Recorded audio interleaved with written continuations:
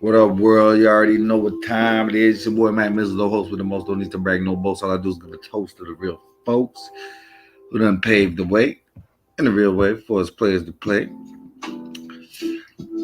And we're gonna have this is the part 3 of my buck breaking review. Oh, shout out early, you know what I'm saying? Salute. Yeah, man. Better late than never, you know what I'm saying? Came in to give y'all the third installment, or the third part of what I'm breaking down with when it comes to this whole buck breaking thing, you know what I'm saying? And also we're gonna talk about Kwame Brown. I want to let him to say his piece, speak his piece about this whole situation concerning him and all these other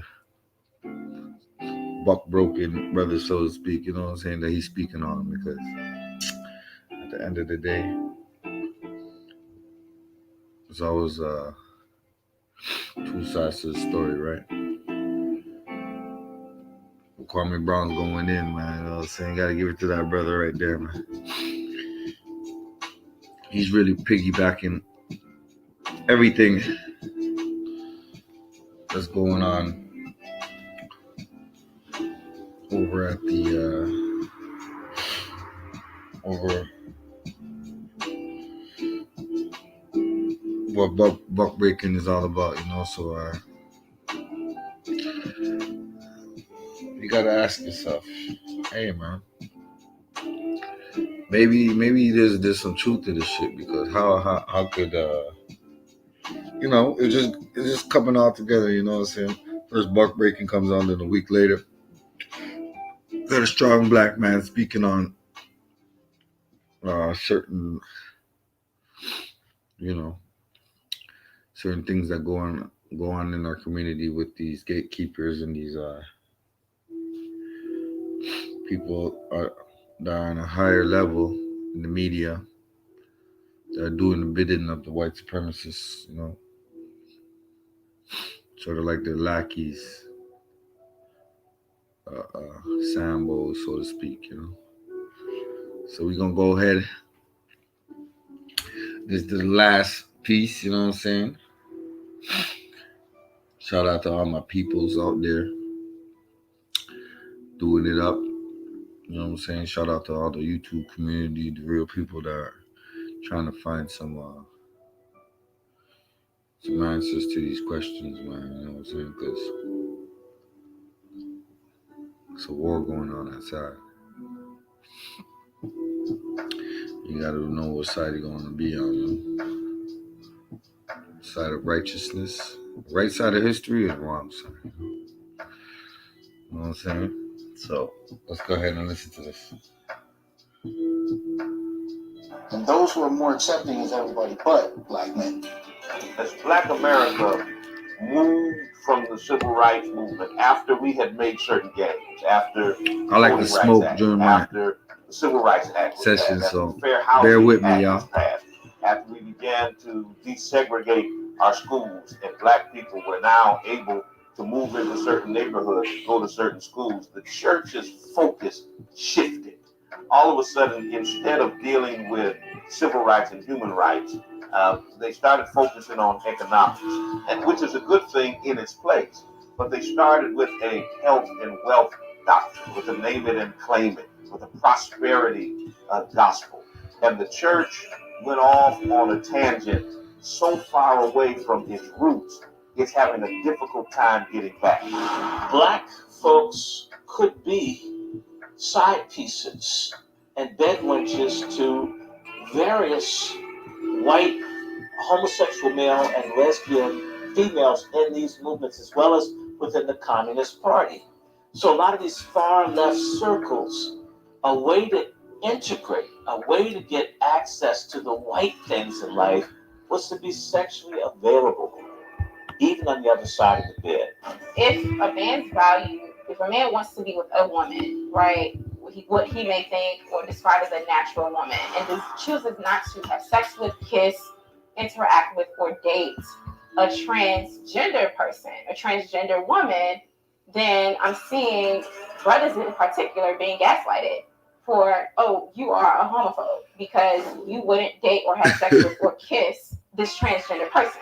So once the government, through its scientists, declared that black masculinity was a sickness, it was to be medicated, and that black masculinity is the disease, black femininity is the cure.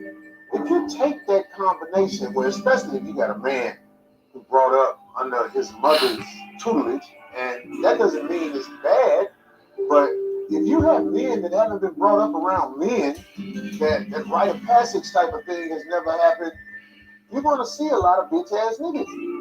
And you're going to see a whole bunch of bitches. In the late 70s, there was a book by an unknown black female author named Michelle Wallace that was heavily promoted by white society called Black Macho. This book was the beginning of the white-funded black male-bashing, black gender war wave that took off in the 80s. The main person pushing this book was a CIA-affiliated white feminist named Gloria Steinem. So she kind of really objectified and dehumanized black men in a particular way. But it was a way that was popular, that people gravitated toward it. And I often say from that to Oprah, like Oprah becomes a spigot, so to speak, the faucet that opens that up, because she introduces these fairly obscure black feminist talking points to the mainstream. And then from there, it's being digested. So now you have women who will not call themselves feminists, who've never read a feminist book, but have feminist talking points, because they're coming out of that mainstream culture that really starts with If y'all want to join the show, I'm going to put the link and so that in the comments here. Snowball of black Let y'all know. Let me know if y'all want to come on the show and chop it up. An anti-black misandry, a hatred really of black men. Gloria Steinem worked for the CIA while she was in college. She was recruited in college, and she was outed by a feminist group called Red Stockings. Red Stockings blew the lid off of that in the Village Voice. But even things like birth control became an issue. Because at the end of the day, even now, men still have the same options we really had in the 50s. Condoms, abstinence. You know what I mean? Women had over 5 different forms of birth control and 30 different, manifestations, and that didn't even include abortion. So she had complete control of her body and her reproductive system and could actually terminate a pregnancy before, during, or after the sex act. We're still talking about pulling out. You know what I mean? That alone kind of offset things. And then we have to also look at the impact of no-fault divorce. So if just having sex means that she has complete control of the reproductive process, and family court means that whatever the court determines you have to pay, whether you can afford it or not, is imposed upon you by this, this apparatus, this court apparatus. All of those kind of things position black men into a very vulnerable state. And it left black men with really one option, and that was a silent protest. And that silent protest was to step back from formal marriage and begin to actually engage in, non-formal kinds of relationships, because there were very few other avenues. By arrested clearly, and this has come out as a CIA asset, spied on and worked against the black movement. And before he died, he was one of the people that claimed the gay movement was the real movement of the time. So he's absolutely not our guy. We don't need him. The film Color Purple, that becomes a landmark text, so to speak, for black men, how to see black men. And somehow, Danny Glover represents all black men. And from there, that is worse than slavery, retroactively speaking. So fiction begins to redefine history. And they say, why don't you be more like Dr. King? And I always remind them, why would you want me to be more like Dr. King? You put dogs on him. You sprayed him with water hose. You put him in jail, and eventually you murdered him. So at the end of the day, whether our resistance is nonviolent resistance like a Dr. King or like a Colin Kaepernick, or whether it is more aggressive combative resistance, the end result is always the same. White supremacy is always going to try to quell black resistance in any way possible. Sadly enough, that's what's going on.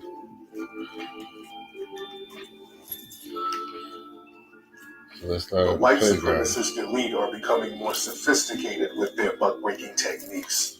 They're now using more propaganda and media for their sinister agendas. And one way they use this propaganda is to normalize pedophilia. First of all, if you are able to exploit someone's offspring, you are in complete control of those people.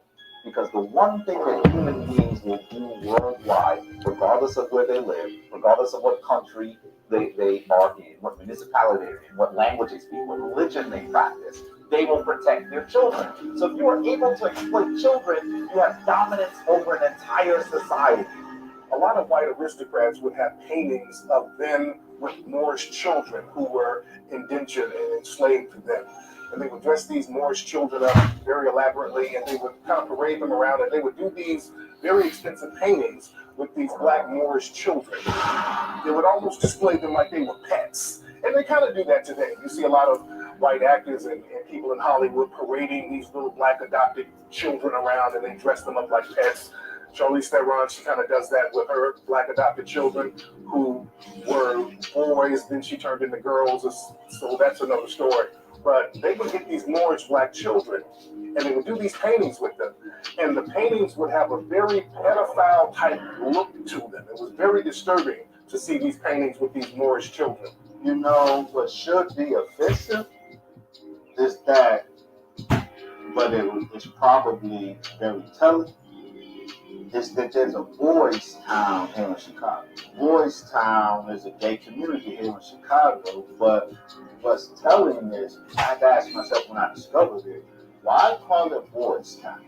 They have made it so easily obvious now with people running for Congress, who are open pedophiles, people who are being ousted as pedophiles. They had a TED Talk recently in 2018 in Germany, I believe, where a young lady was promoting. She said, well, what is pedophilia? She said, it's a normal feeling.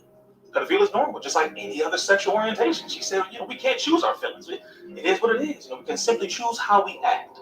I saw actually recently one estimate that argues that 75% of the Nigerian immigrants in Europe are being used for sexual exploitation. And I mean, I remember going to Nigeria. This is the only time we've been in Africa. We were out there for a week, and there was a young kid who lived in the village that we were staying in.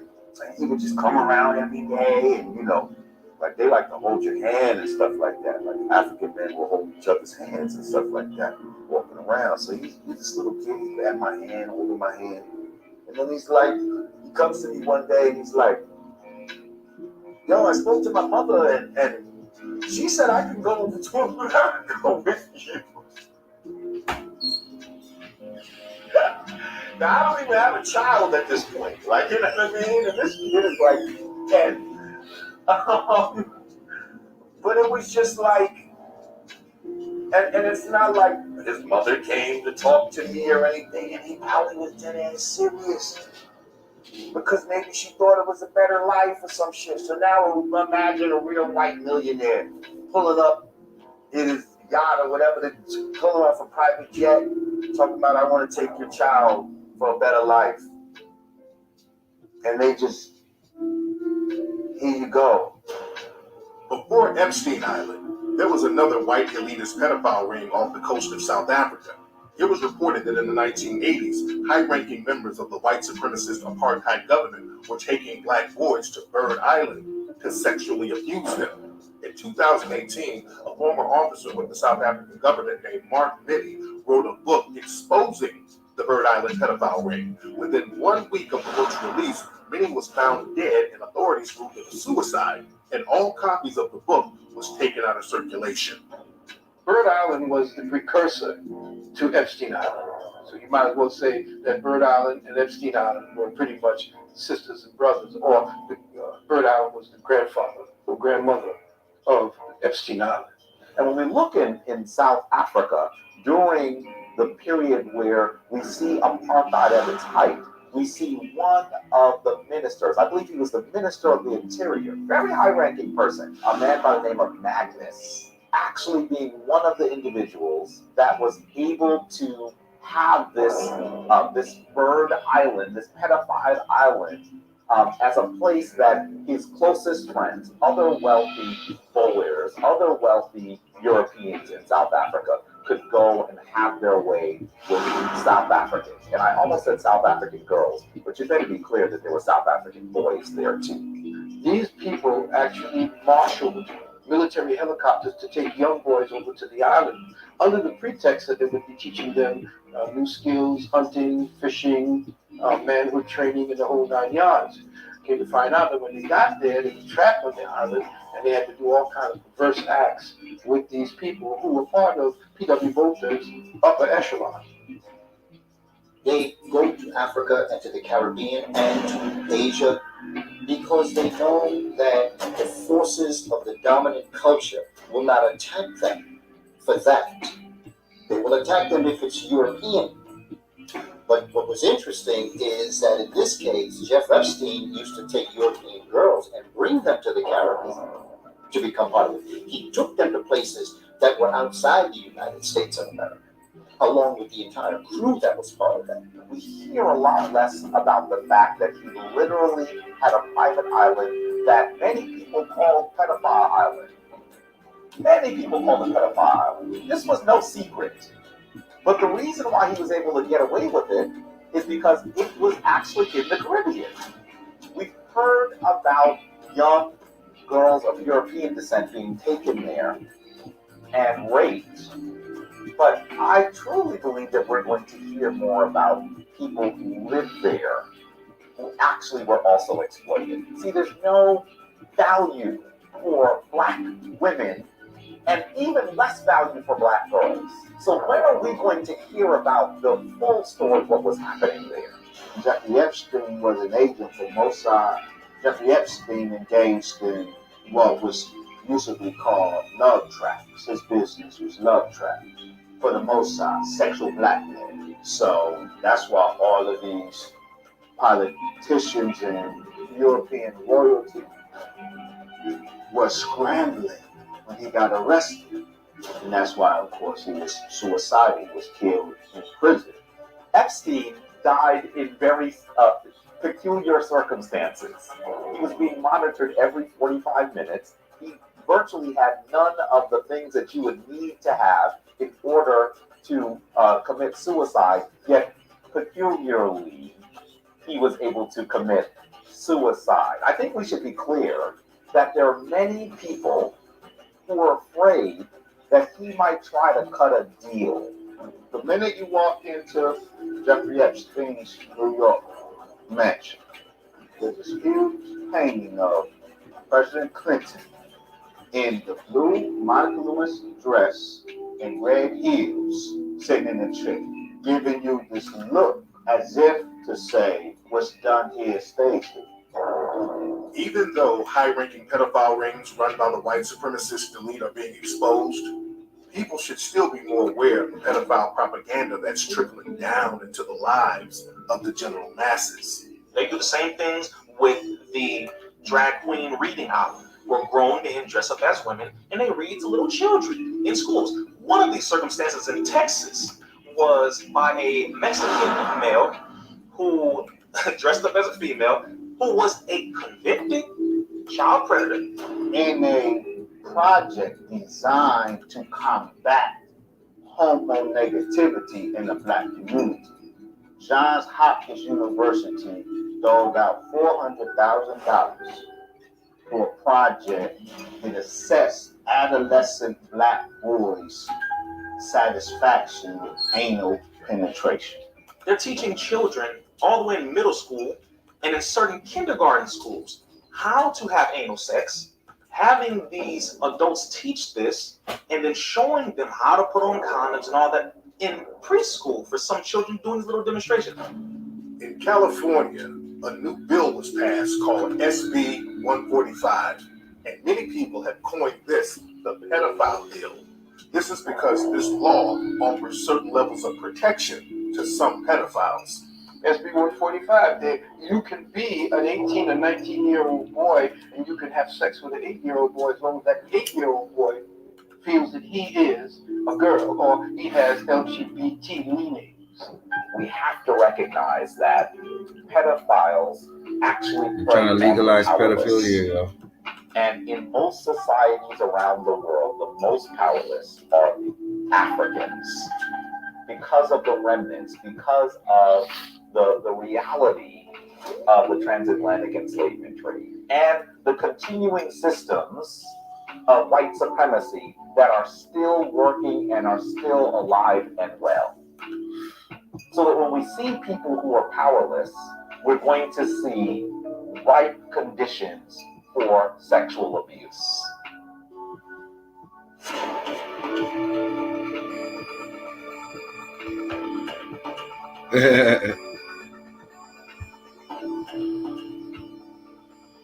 It's very important to understand the correlation between the buck breaking techniques that were used during slavery and the scientific buck breaking and social engineering. Yeah, tune in, popcorn. Eugenics tactics that are being used on black people today. A lot of black men, after slavery, they would have to work in the sex industry because they were providing sexual favors in slavery. So after slavery, a lot of them had to provide sexual favors and get to the sex work industry outside of slavery. And even today, a lot of black men who are LGBT, because they don't get any resources from the white LGBT community who uses them as mascots, they're reduced to working into the sex industry. Black men and black people get a bum rap about being homophobic. You would think we killed Matthew Shepard. You would think a black guy shot up the Pulse nightclub down in Orlando.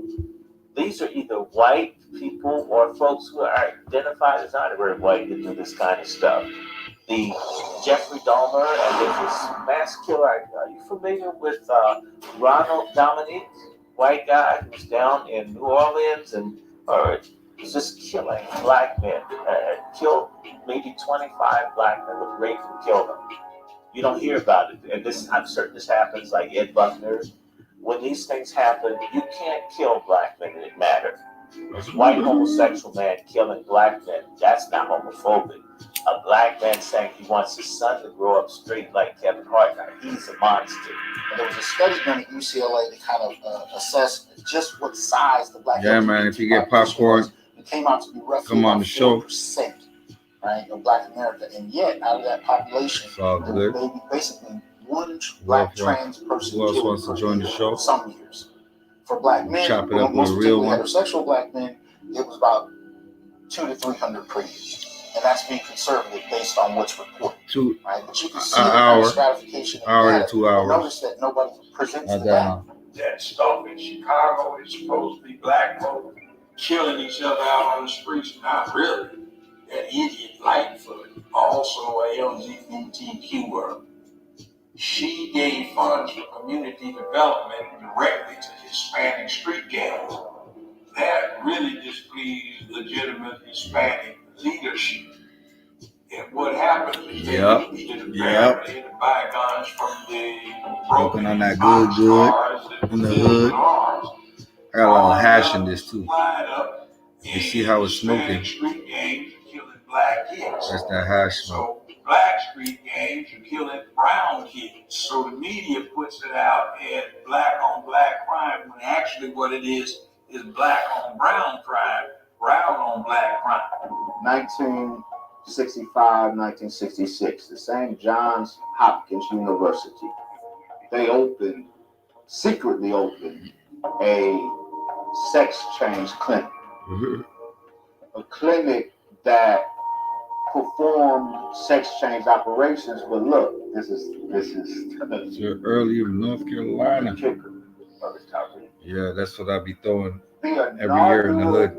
Patient.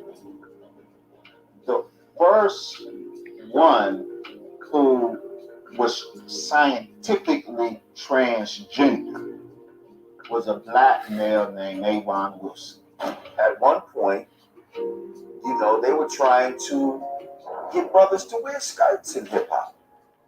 And I feel like I was on the forefront, if not single-handedly, may have stopped that shit from happening. Because I started calling motherfuckers out. I called out Kanye West. I called out all these dudes. Omar Epps. Anybody that was wearing skirts out here was like, nah, that ain't cool. And so that trend didn't pass. It came real quick, and then it's gone. They'll probably try to bring it back at some time, but not while I'm around. White feminists looked upon on poor black women as their role models because they say they're the only women in America who are not trapped in the slavery of marriage. So how do they handle their macho, super masculine black men? We need to use that as a model to handle white men. So if we start with them, we can make the process so that young white boys want to be hip, try to be like they see black men do. So if we get black men jacked around, self-depreciating with no respect and glorifying dysfunction, we can get the white boys to do the same thing. Dr. Henry Kissinger, who promoted this in 1974, that homosexuality should be promoted as a strategy or as an advantageous lifestyle in black communities, as a way to go toward depopulation, that he quoted in his National Security Study Memorandum 200, where he stated, quote, depopulation should be the highest priority of U.S. foreign policy towards the third world, end quote. But he also meant that for it to be domestic and local. But if you think about how much we reproduce and then how much trouble they have reproducing. Like, how many white couples do you know, oh, we're going to impeach, we have to have shots and all this because we're having trouble having a baby. So it's not just that we reproduce faster, stronger offspring. They have trouble reproducing. So because we have so few black folk in the hood that are men, it's fairly easy to get to them and condition them to negativity. See, the thug, typical hood rat thug is a lesbian in a boy's body. Lesbians in the hood rat are raised like girls. Yeah. What up, early? Is under an estrogen assault through our food, through our water. You gotta come back in. Air in black zip codes is very different. I just seen you. White zip codes. It's a fact. I call it science of strategic extinction. It's the way that you deal with exterminating people or with a soft extermination. So you have to deal with either hard extermination, where you just come right out and start killing everybody and dealing with a complete pogrom, as they used to call it. Or you essentially do soft eliminations. You deal with the food, you deal with the water, you deal with the air. You gotta tune in again. You gotta tune back in. The overall idea is to scientifically prove the inferiority of one gender, race, or population of a people, and to prove the superiority of another. So primarily this was dealing with the blonde hair, blue eye as superior. Everybody else is inferior. Number one, black. They did tests on rats. They did tests on babies. They did tests on children, grown men, etc. This is what justified the annihilation of people in Germany. This is what justified the annihilation of our brothers and sisters in the Congo, etc., etc., etc. You could deal with eugenics by breaking down the different components of eugenics. How do you kill out people? How do you crop people? How do you marginalize their existence? You can do so by marginalizing their gender. So eugenics is not just about killing off the population. It's killing off the very means by which the population regenerates. You gotta hit the StreamYard again.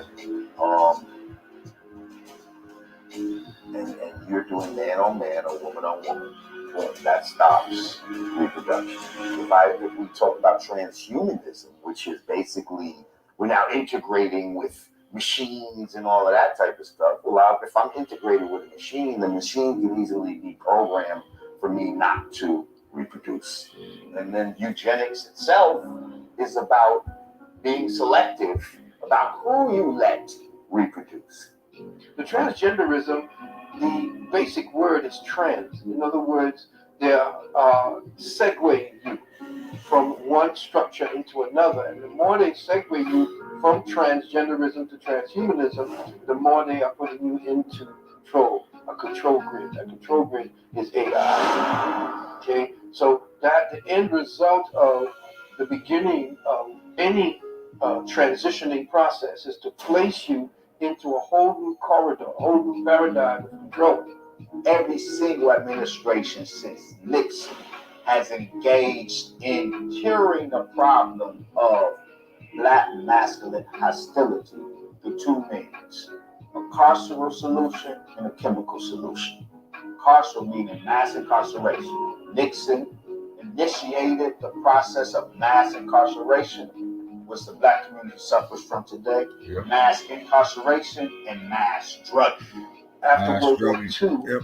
technology began to boom, and the ideas behind advancing technology was to eliminate human participation.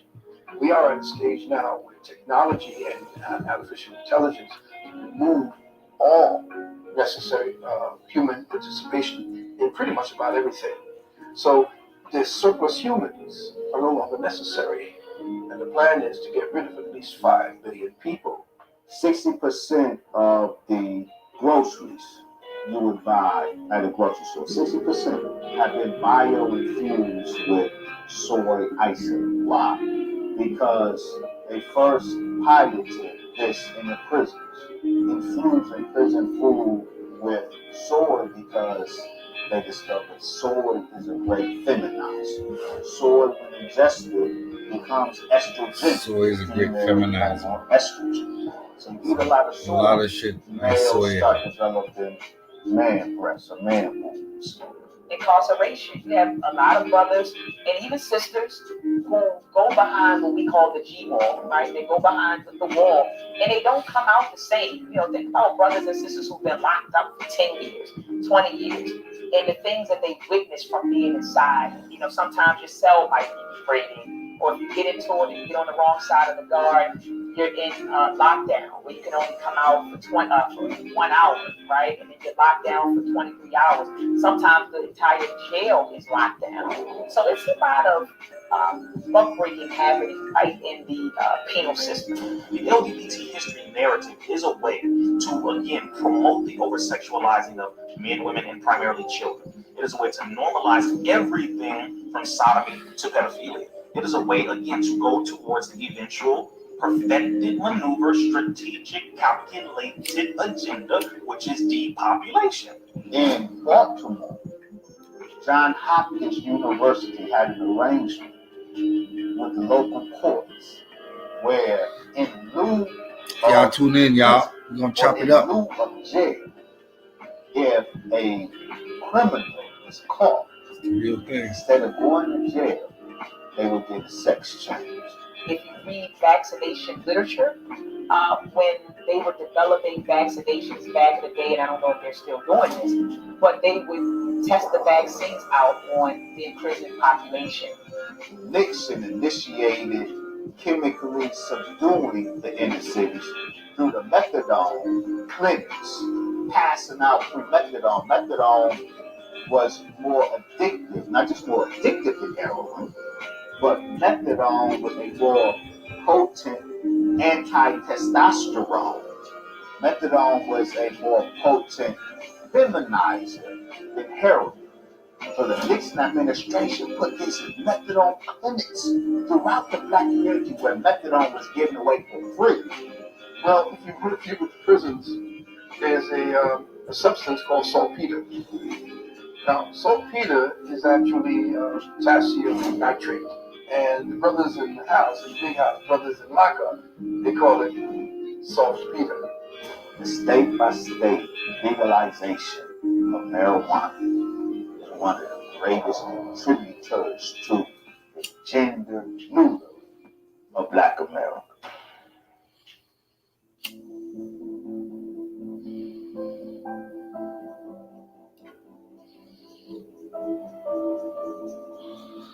Yep, that government weed.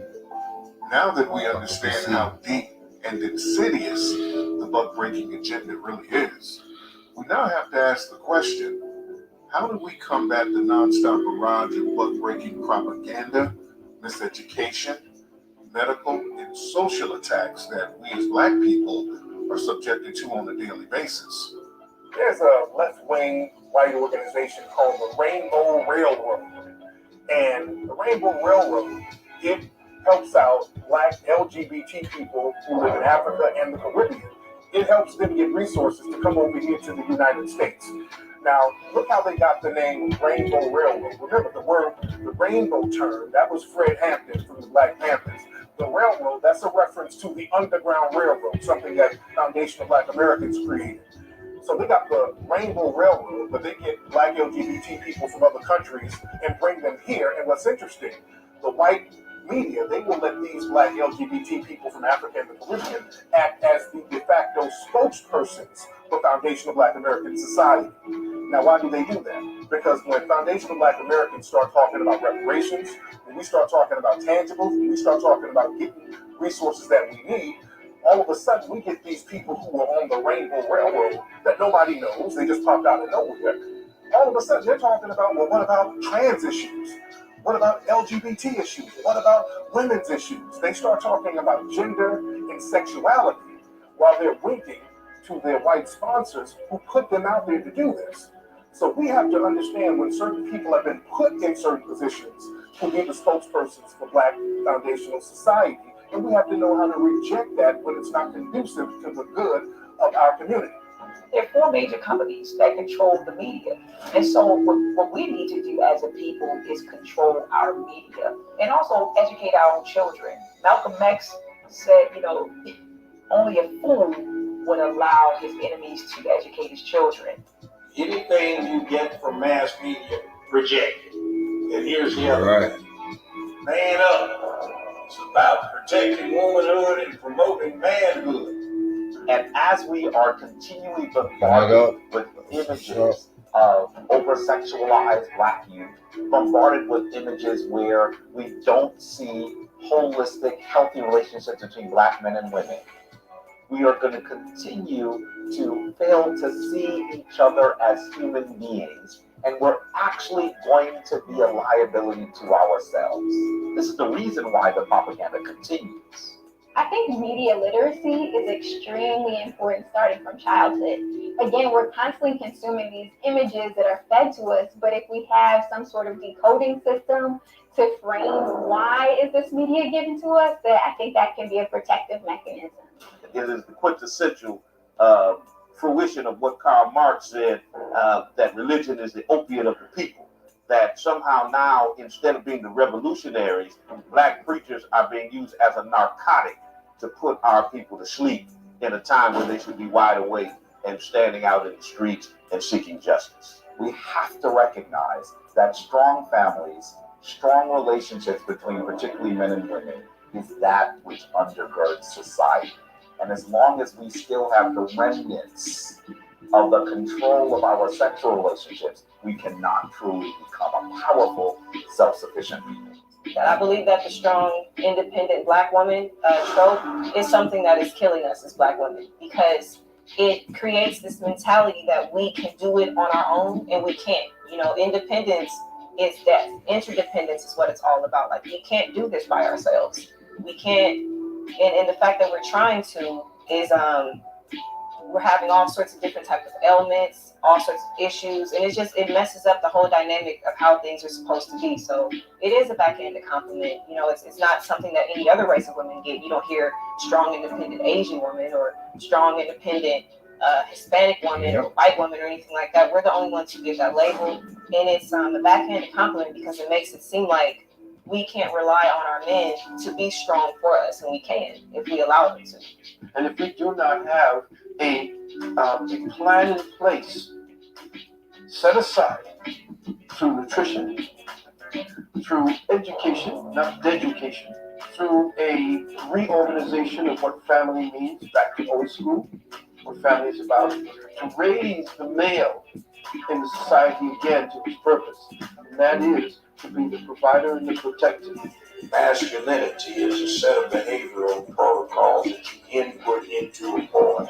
So he is conditioned to be unable to deviate from it. Essentially, that's duty, honor, obligation, responsibility, accountability, dependability, work ethic, furthering his intelligence, his education, making where he lives a better, safer, more secure place filled with economic prosperity, morality, ethics, and a sense of purpose. All people have three sources of power. Moral, ethical, and cultural power is one, and it's the most important one. economic and political power, and third, military power. Military is the lowest, weakest form of power. Let me give you an example. You've got children. If you tell your child, do this for daddy, all you have to do is say, daddy wants you to do this or that. That's a good child. It just does because you have that kind of rapport, right? Or next thing is give them some money or I'll give you some privileges. Then if you have to beat or knock or go upside that kid's head, you don't have much of a relationship. You're only in charge as long as you're knocking them upside the head or punishing them or showing them that you can hurt them, okay? That is the power of white people. The only thing that they've got is that they can beat up on people. You do need to know, when you out there and you are being pulled over by a cop or something like that, man, understand, that man is going to beat whatever happens. Sometimes they get a family a little shut the fuck up money. And we saw what happened with that last one. It was embarrassing. That one lawyer who lose every case. If he knocked on my door, I'm slamming the door and letting the pit bull loose on that motherfucker. We keep thinking we're going to take power back. No, we're not going to take power back because they don't have the power. We have the power. All we have to do is assume our power. Elders respect youth, youth respect elders. If we just loved and cared about each other, we would be significantly in the position to handle this. And if we can start with where you are, who thinks, who gives a damn, we're not going to save everybody, but those that would be saved, we're going to save everybody. That's my suggestion. Look at other groups of people. I was told that here in America, Asian people, right in Howard County in Maryland, Asian people send their children to the public school system. I always say the public school system, but the public school system. But then when they're finished, I was told that a bus gets them and transports them to another school where they learn their history, their culture, and their language. Our children don't have that. They're totally at the mercy of the public school system. And so we need to start educating our babies. That's a must. We have to unite our own media outlines, our own media sources, our own media companies, unite in efforts to promote what it is to be a man, what it is to be a woman, in the standard way, in the way that got us all here. That's not a problem. If you can promote how gay you can be, I should be able to promote how masculine and natural I can be. There's nothing to do with I'm just fighting you. No, I'm promoting me. I'm promoting us. Everyone gets to promote their narrative. But when we promote our narrative, it's demonized. So we have to remove that idea that it's going to be demonized, etc. One of the key tenets of Christianity is forgiveness. In the Lord's Prayer, forgive us our trespasses as we forgive those who trespass against us. They use scripture like, if you don't forgive your brother here, then your father will not forgive you in heaven. And they use that with the victims of white supremacy, anti-black bigotry, and racism to tell them in order to be a good Christian, you've got to forgive. It doesn't matter how heinous the crime against you or your family was. If you want to make it to heaven, you've got to forgive. Now, the ironic thing is, this is a practice that whites and evangelical Christians don't use themselves. They say when they feel like they've been done wrong, never forget. You murder the enemy, but you don't stay so focused on your enemy and what he's done to you that you forget how to do it to him, or learn how to do it to him, or study him as a target, not as an oppressor, but as a target. I saw people forgiving for what happened in at Emmanuel Church down in Charleston. I mean, God, it's not even cold and you forgave. Got a black family. Do folks forgive when someone takes the Aretha Franklin LPs out of mama's house when she dies? People don't talk to each other 20, 30 years over who had the most pound cake at someone's funeral, whatever. I don't believe it. If black people really had any forgiveness, we'd be using it on each other. So if you don't forgive your own, you can't forgive white people. It's a lie. In counseling, we have a lot of pain, and we're carrying it. And we carry it in our homes because the dominant culture may not allow us to express it in the workplace. So we bottle it up and we bring it home to our children and to our wives, to our girlfriends, to our families. We need counseling. We need to talk. The white elite understands who we are. We keep acting like, oh, they're just doing that because they don't know who we are. So we just tell them who we are. They'll treat us nice. No, the white elite understand who you are. And if you come into being as rulers of the world, he will eventually not exist at all in the world. Black people, ironically, don't have a military, have been denied having the kind of economic or political base by which they can draw upon, but they do have moral, ethical, cultural power. It's the last thing we have. You are charged with homophobia if all you do is say, I'm proud to be straight. To take Black folks pride got in moral, being ethical, cultural power. It's That's real. Is considered an offense. We have to take control of the narrative and post the things that we want to see and let people know that these things, like successful Black families and just successful Black people, period, exist. Those are the type of things that we have to promote and push forward. We have to promote the successful Black family. We have to promote the successful Black man. And I say successful because we continue to see the unsuccessful. We continue to see the loser type of picture. We have to promote a successful Black woman, successful Black man, successful Black society, self-sustaining, uplifting, loving, promoting that which increases the unification between us as a people. One of the things I'm doing with a small group of Black men in the academy is creating our own curriculum and our own field of study, Black male studies, and it's directed at actually exposing what has been happening in different contexts with Black men beyond stereotype, beyond other people's opinions, and actually looking at the data as a starting point and not anecdotes that people want to give about Black men. That's the starting point for us, and that's the work we're trying to do as a collective of Black men producing information about real Black men's lives. Enslavement didn't end because good white folk came into their right minds. Enslavement ended because Africans fought in the interior, fought on the shores, fought on the ships, fought on the plantation, and destroyed enslavement. We got our own flavor, our own style, our own everything. And I am perfectly fine with being a Black, heterosexual male from Compton, in America, and an original man on the planet. Ain't got no interest in no man outside of just loving my brother, who you are, boom. But I want a woman and I want a Black family, and that's perfectly fine. We're the only danger to white false notion of supremacy. Asians are not any danger, they're wannabes, even though they have a different cultural approach to it. Latinos are no different than wannabes, even though they are African too to some degree. The only group that endangers white supremacy, that endangers what the white man concept of a man is, that endangers what a white man concept of a woman is the African group, and particularly the African American.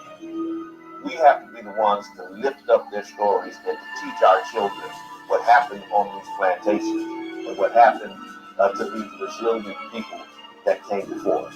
Not only do we tell their stories, but we continue their legacy of struggle. They never gave up. Regardless of what they went through, they always continued the struggle for liberation. And it is on their shoulders that we stand today. And so we would abdicate our responsibility and desecrate their memory if we live this life and we don't continue to fight against white supremacy, racism, and anti-Black bigotry, if we don't continue to cry loud and spare not against injustice. That is how we continue their legacy. That is how we continue to honor them.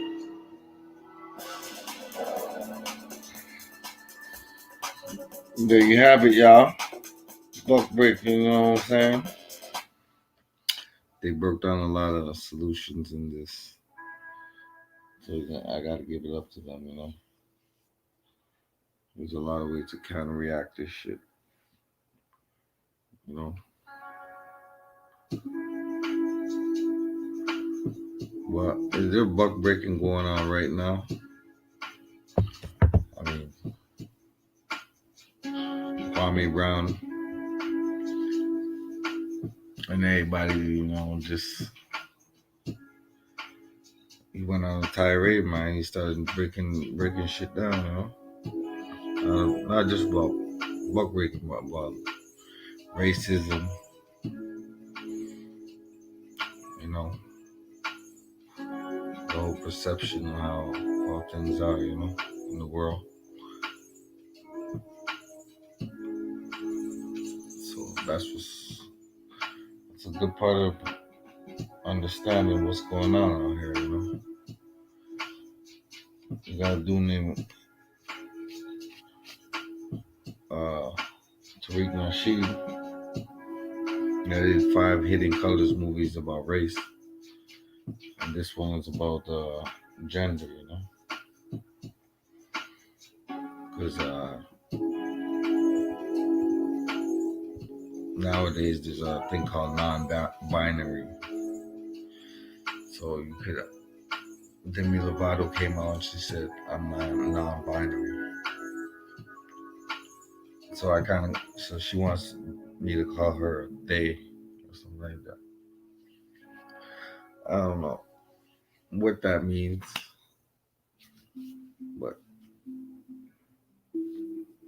it's a new day, man. And that's more of a reason why we shouldn't succumb to this bullshit. And we should resist it, you know? Like,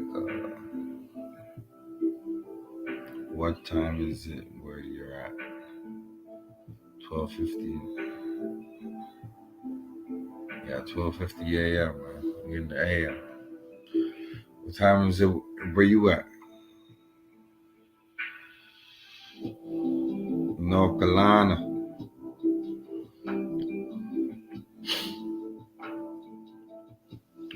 So we gotta look into it, man. I mean, there's a lot to take in. Once you break it down, you know what I'm saying? And you really see again for what it's worth.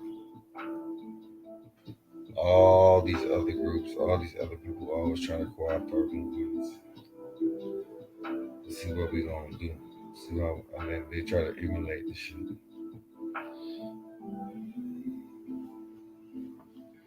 You know what I'm saying? So what they do is they pay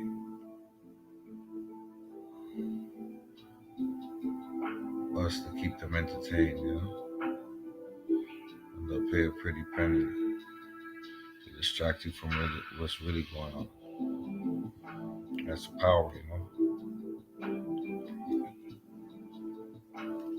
They're trying to make it seem like they're gonna get somewhere over us. But like he said, we have a monopoly on morality, ethics, and culture.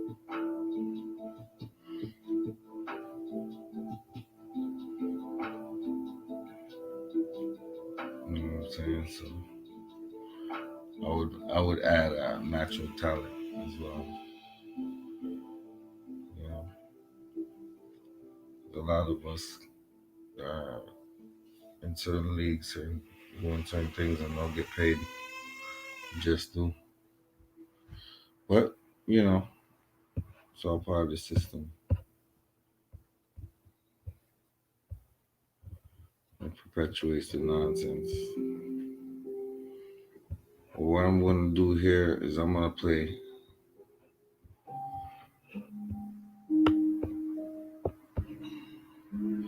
some of this here rant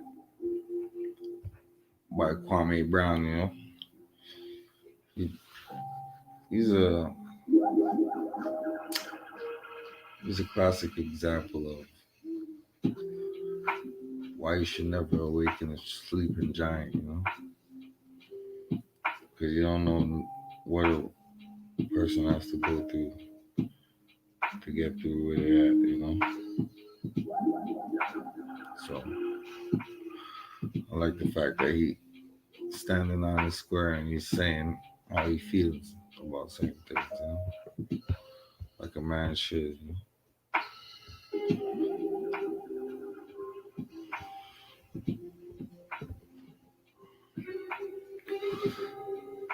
But But yo, popcorn, if you tuning in or whatever, you know what I'm saying?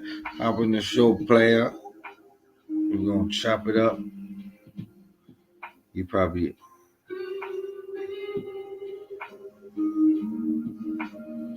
it's probably late where he's at. Yeah, I do it. The reason I do these live this late is because you know I feel more calm, cool, and collected at night. You know, on the end of the day I be out and about, do my damn thing, running my route. You know what I'm saying? But let me go ahead and play this Kwame Brown. Cause he had me laughing my ass off for the past couple of days, man. And he's getting all types of love.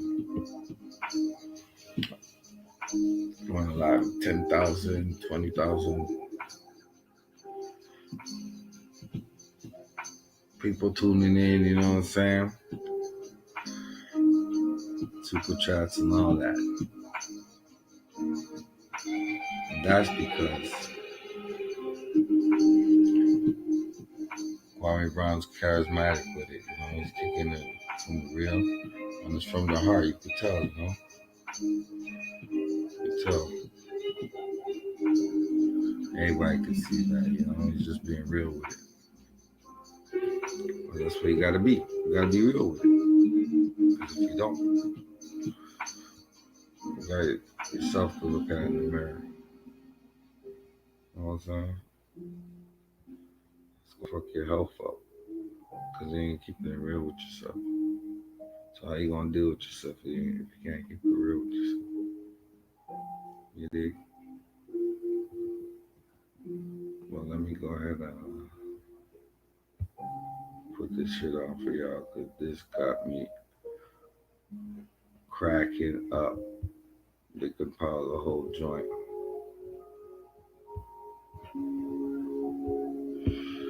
Shout out to all the people tuned in to the Mac Mizzle Shizzle, you know what I'm saying? You know how I do. I mean, chopping it up, chopping it down. All right, check this out.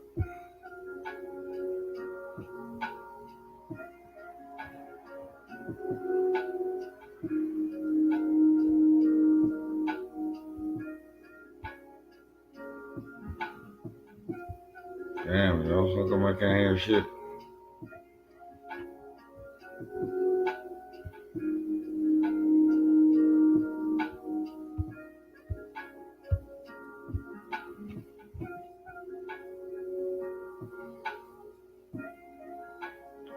They done block the sound on my shit.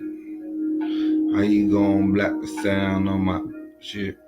How you gonna block the sound on my shit? Goddamn, a nigga trying to get lit. I'm in the streets all day, gotta get fit. Yo, how they block the sound on my shit? How they block the sound on my shit? Just go ahead and listen to this here. Thank you, Jalen Rose.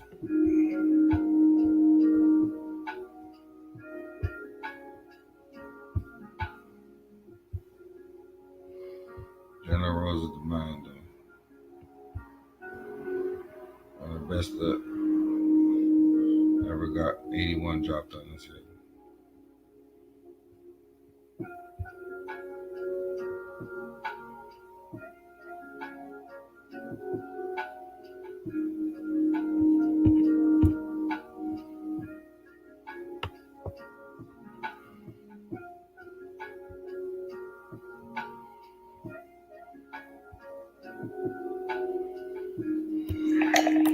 Still found truth, even though you lied.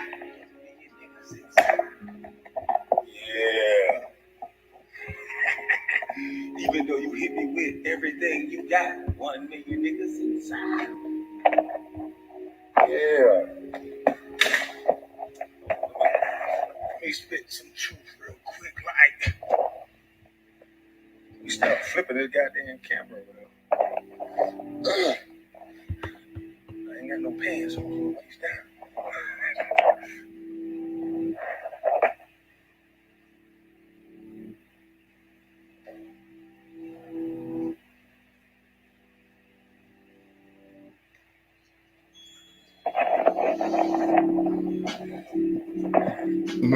He's laying on the floor and shit. Becky with the good hair. How y'all doing, first of all? Hey, Becky with the good hair. I ain't in my truck no more. I mean, since you like to look at everything, I'm in my big old bed I was telling you about. You want to see? You want to see it? Hold on. You see, I'm in my big ass bed covered up. Got my little salad, got my little tray, you know, to eat with. Since you want to see every goddamn thing, 12 foot by 12 foot, you know, my big long ass can sit up here and wiggle my toes. You want to see my toes too, punk? I can just sit up here, wiggle my toes in long ass bed, you know, big ass room, big as a gym, you know, you little punk. Yeah, you want to make it seem like the sad, like he's so mad, he's so miserable. Bitch, I'm chilling.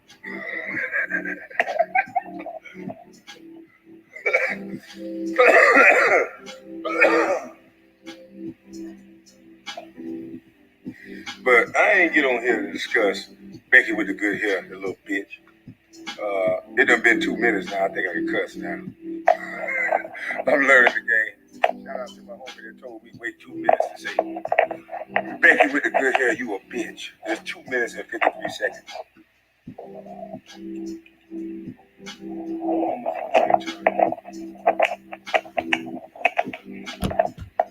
Becky with the good hair. You see? Who's Becky with the good hair? That's Matt Barnes.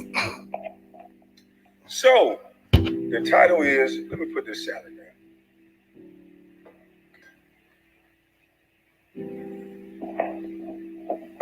I put the title of thank you to Jalen Rose because somebody sent me an interview of Stephen A. Smith and Jalen Rose and who else was on there? Skip Bayless. Hey, Skip Bayless, you little pale-faced bitch. You thought you were going to be safe, huh? I think somebody sent me that so your Dawn of the Dead looking ass can get roasted. You pale-faced bitch. You can't... What? How the fuck do they put bitch-ass niggas like you in place? Why are you talking sports? You the most unathletic, Dracula face, white hair. You look like you should be a lobotomist or something. You don't look like you should be talking no sports. You a bitch ass nigga. You sit here and say it, and that's the key. Y'all go look at the interview with Jalen Rose. What I told y'all, pay attention. I don't gotta lie. These bitch ass niggas expose themselves. You got Jalen Rose, who's a legend, who's a bad motherfucker on the court. You got Stephen A. Bitch. And you got a dead-faced, pale white horse. And both of them some bitches talking more than the guy who actually do this shit. You can't make this shit up. Shout out to my two homies. Y'all know who y'all are. But you can't make this shit up. I mean, this bitch-ass, punk-ass, pale-faced, short-ass bitch, Skip Bayless, sat there and said, Jalen Rose said, dog, he can't be a bust. He cannot be a bust. After 10 years of doing this, he can't be a bust. And Stephen A. went on his rant. Oh, he can't shoot. He can't dribble. He can't move.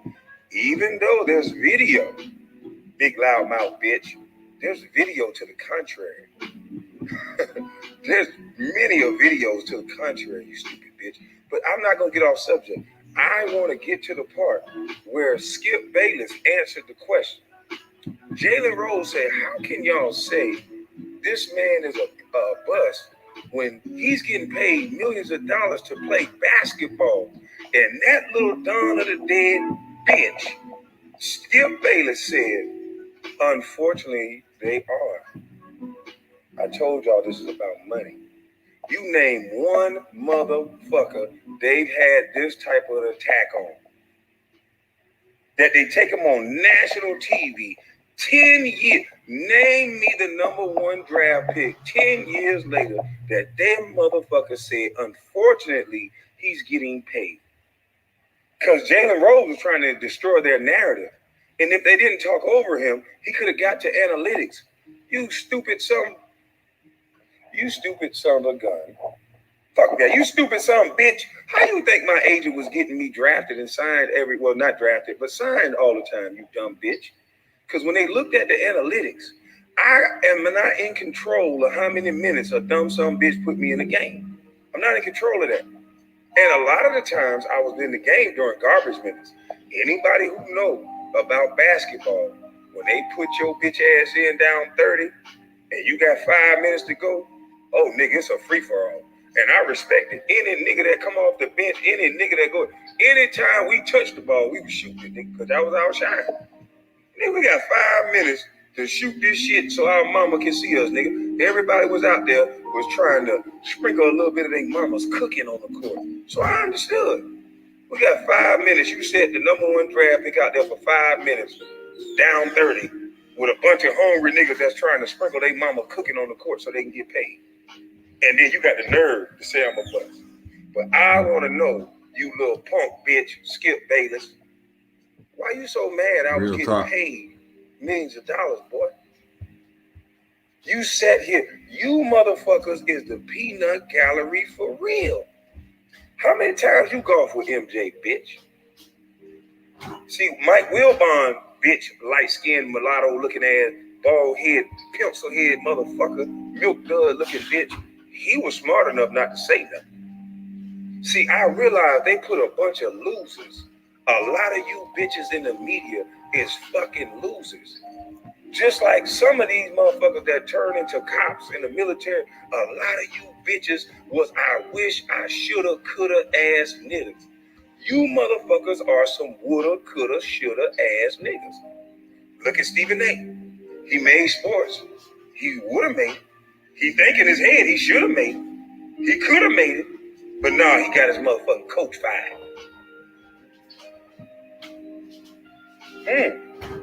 You gonna get this mama's cookie. Why was they sending this son of a bitch to college campuses? Y'all watch the modern day.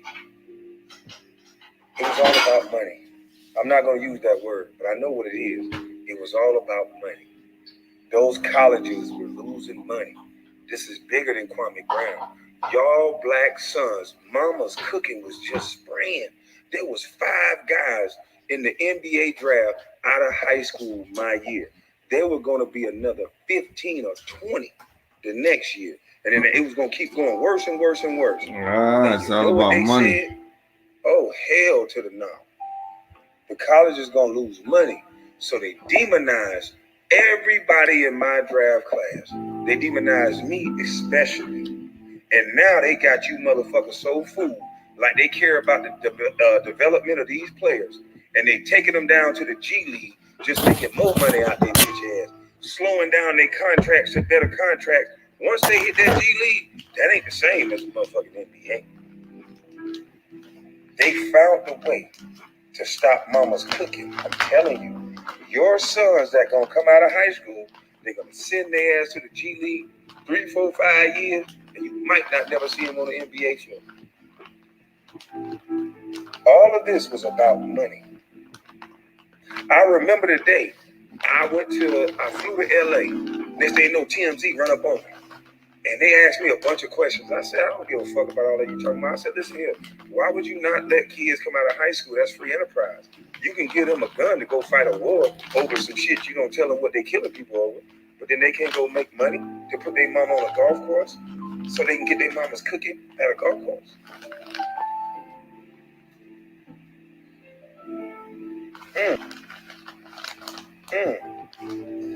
Listen to the way they talk about me no matter what. So basically, what they saying is, Stephen A. basically said, I'm so sorry that I couldn't shoot, I couldn't run, I couldn't jump. Well, then your homeboy picked me, so why the fuck you ain't talk about him one time? Did I pick myself? Oh, or was it because when the trade didn't go through, you couldn't make MJ look bad, So you ran on a smear campaign around the world, didn't you, little bitch? Mike Wilbon, Skip Bayless, all you motherfuckers in this together. You motherfuckers tried to stop mama's cooking, and you bitches still couldn't beat me. Shout out to Jalen Rose. You a real one, bro. And you defended me like that, it probably, because I don't remember seeing you on that show, because I didn't catch that episode. But I don't remember seeing you on that show with them too much longer.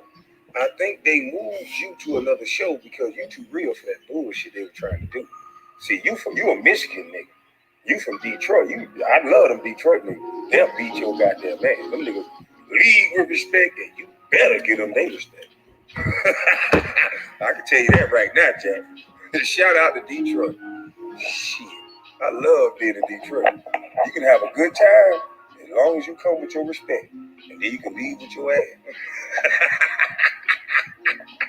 Because if you don't, boy, they gonna jump up and down on your ass like a trampoline. I promise you that. Them Detroit niggas, trick, shout out to you and your whole crew and whoever them niggas is around you. Because, boy, if you is a disrespectful man, Detroit ain't the place for you. They gonna jump on your ass for real. No questions asked. Matt Barnes, Pretty Ricky, Becky with the good hair. You can't go to Detroit. A bitch ass nigga like you that invited a man to his penis. Nah, niggas like you can't go to Detroit.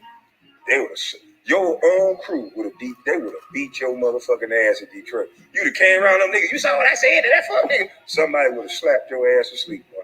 Just cause you ain't supposed to do that, punk. But anywho, shout out to Jalen Rose, man. I appreciate you. I respect you.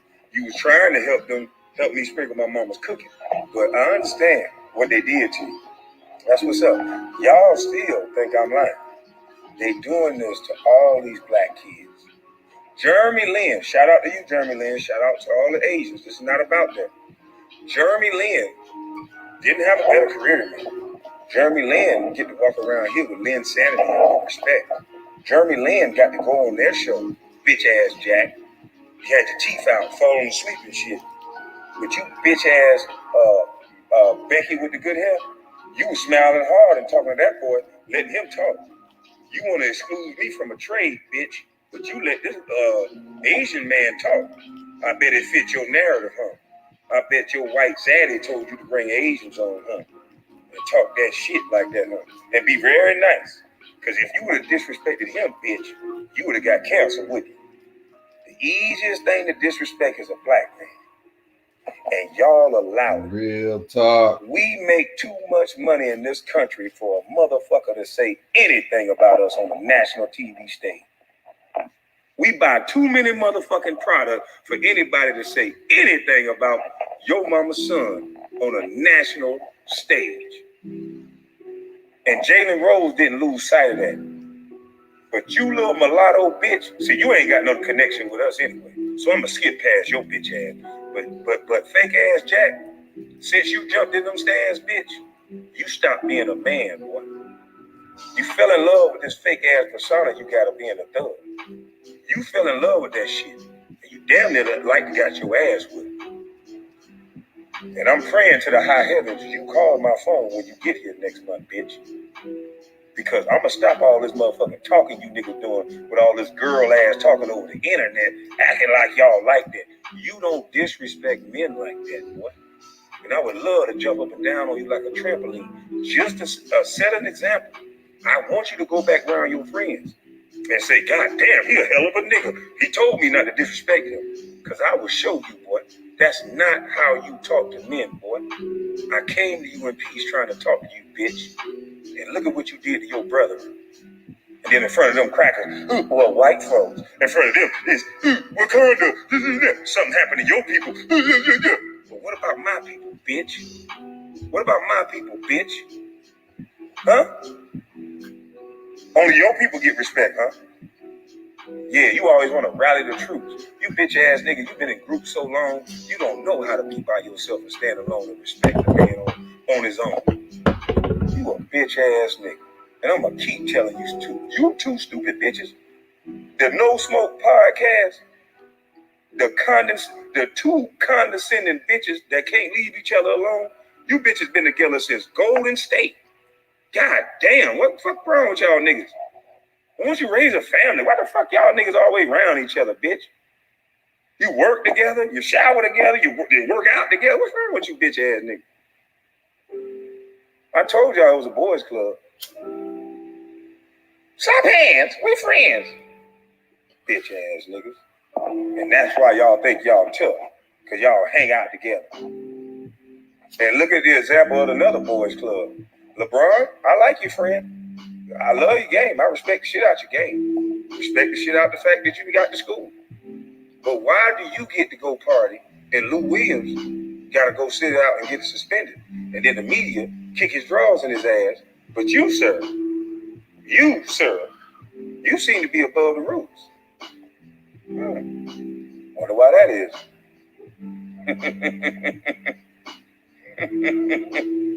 I wonder why that is. It ain't no go along, get along game. It ain't no, I'm lying. I'm a disgruntled basketball player. I'm so broken up about my bus ass life. I can roll over 3 times in my bed, but I'm hurt. I'm fucking hurt. You know what, y'all? Let me just break it down and tell you. I've just been a bust for so long. And y'all finally got me. Chris Bouchard, Rod Parker. You know, I've just been relegated to jump ups and disrespecting people. I don't have no basis for what I'm saying. I'm just such a fucking loser. Can somebody send me Matt Barnes? Please send that nigga to me. I jump on his ass like a train. Oh, hey, I need to cut my shit out. Hey, but look, man, y'all please go look at that goddamn interview, man. Please go look at that interview because I think it's something to this shit, dog. Man, that shit was dangerous. I couldn't believe it. Y'all think it's something to it? I was taken aback just hearing this man's words. All right, let's go look at the interview. I gotta see the interview. Been with his wife or something. The way he was talking about me in year 10. He was so fresh with it like he was year 1. Stephen A., you need some help, boy. I know alpha males like me make you mad because you ain't have no daddy, bitch. I'm probably the daddy that left your mama because she couldn't deal with your mama talking. And if she raised a bitch-ass son like you that do all that bitch-ass talking, nigga, that's why he left. He didn't want to hear all that goddamn bumping the gun. He saw you and looked at your little scringy ass. You probably came out looking like a little bald-headed weasel already. And he looked at that shit and was like, and hauled the fuck ass. So now you got a bunch of emotions and you taking that shit out in the world. It's a punk bitch. You made millions from talking about an NBA. Hey, check this out. Let me show you how great I am, Stephen A. You've been kicking that jazz, right? That I'm a bust, I'm a this, I'm a that. Imagine how good a kid gotta be for you to kick that jazz and I still kept getting signed. Let me give you another fun fact. When I was with the Charlotte Bobcats, I was averaging a double-double with 2 quarters. I got hurt in the beginning of the season. Tyrus Thomas got...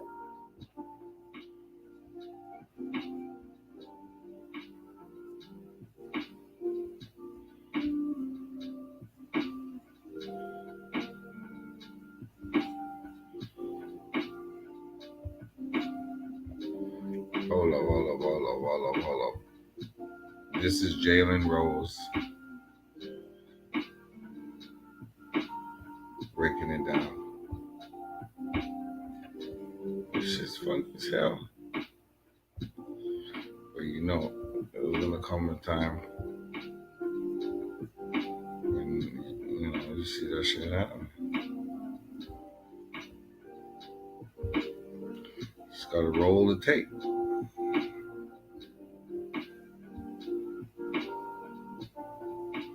To answer this, or are these rhetorical questions? Sure, go ahead. Do I get to answer it, or are they just rhetorical questions? Go ahead. Let me tell you something right now. Kwame, all right, I'm gonna tell you why I say Kwame Brown or Horacio de Silva, Slava Medvedenko. I'll tell you why. Because you're Kwame Brown. You're 7 feet tall. You're the #1 overall draft pick, okay? You come into this league, you came in without a jump shot. You came in without the ability to rebound. You came in without the ability to do nice footwork, to pass, to rebound, to defend, to score points, or whatever the case may be. And it's a decade later, and you're still that dude. You never worked and put forth your due diligence in order to take advantage of the privileged opportunity that you were in. And when I see that level of consistency as it pertains to an aptitude, I'm going to call somebody out. If a dude is playing like garbage, you don't sit there and point out he's playing like garbage. Of course you don't I sit do, there and point out how he's not living up to expectation. I don't want to get away from what we're talking about because that's what makes this. Oh, I'm staying on the point. I'm right here. But there's a difference between reporting what you see in the box score at the game or calling someone a scrub. Like, if I make But he is a scrub. He's a scrub. And No, you know it. Kwame Brown may be a scrub compared to Shaquille O'Neal. And if he's able to maintain one of those jobs for 10 years, there's no way he can be a scrub. Relatively, he's a scrub. No, What? He can't be. Are you kidding? Did you say that with a straight face? Did you just say that with a straight face? Do you guys realize that somebody's paying him millions of dollars to play basketball? Unfortunately, they are. Jaden, answer my question. Why do you think the guy that's 10 through 15 on the bench is able to have a long career? Answer my question. You gotta have some skill set. You're saying relative to the other players, Stephen A is not gonna stop until you answer it. So Hello, Stephen A. hello, Jalen. Jalen Rose, star, All-American in high school, played in the finals, can ball. You trying to tell me that you don't know a scrub when you see a scrub? You trying to tell me that everybody in the NBA can play? And are you sitting there with a straight face and you're saying to me that everybody in the NBA can play? Who are we comparing them to? I'm just saying we're comparing them to the If you're going to compare Slava Medvedenko to Hakeem Olajuwon, he doesn't have a chance. You If should you're going be to compare me to Magic Johnson, you should be ashamed you can say Jalen.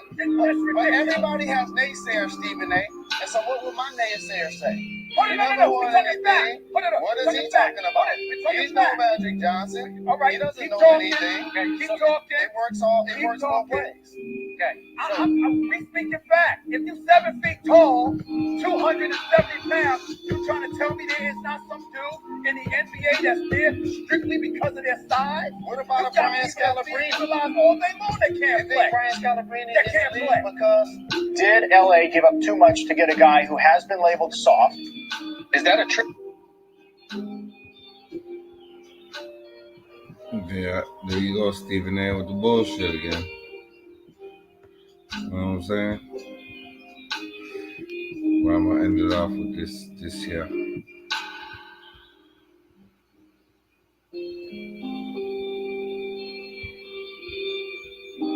And Jalen was speaking back. I get mad and I look like a killer. The mailbox, punk bitch.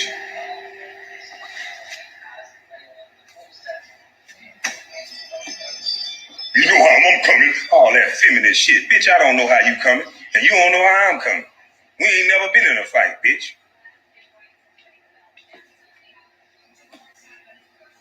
Y'all niggas just be talking.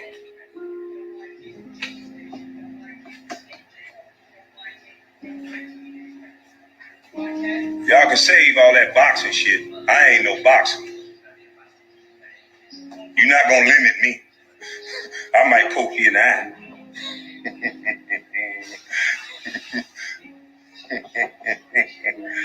Yeah. But I'm gonna let y'all have a nice day. Y'all keep believing in these CB4 ass niggas because they hide in groups. Don't hide in no group. Don't come up making no noise. Call my phone. I can name a laundry list of niggas that call my goddamn phone. And I know these niggas know you.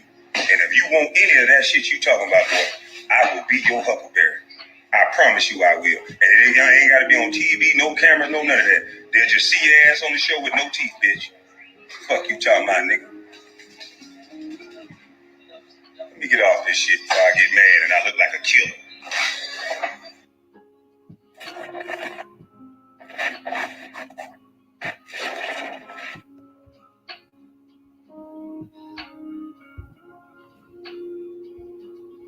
there you have it.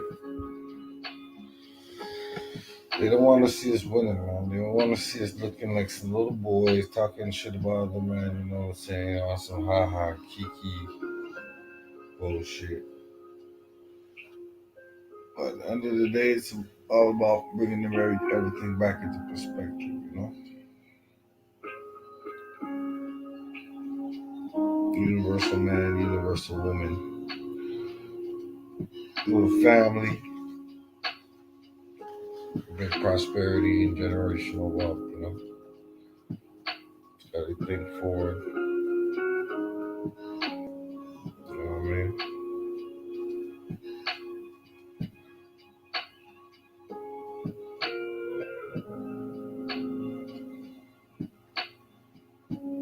Don't tell your brother, don't uplift your brother, you know? But in case they wanted to get on a different level, we should understand that there's more in life to gain.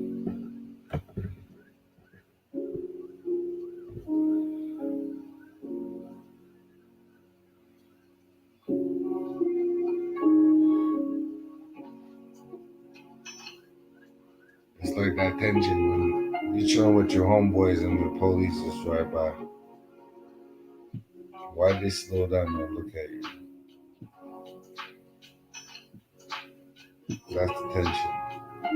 That right there will let you know where we stand in society. It's your boy Mac Missile. And you know my slogan. Keep it real on the field. Forget how they feel. I'm out.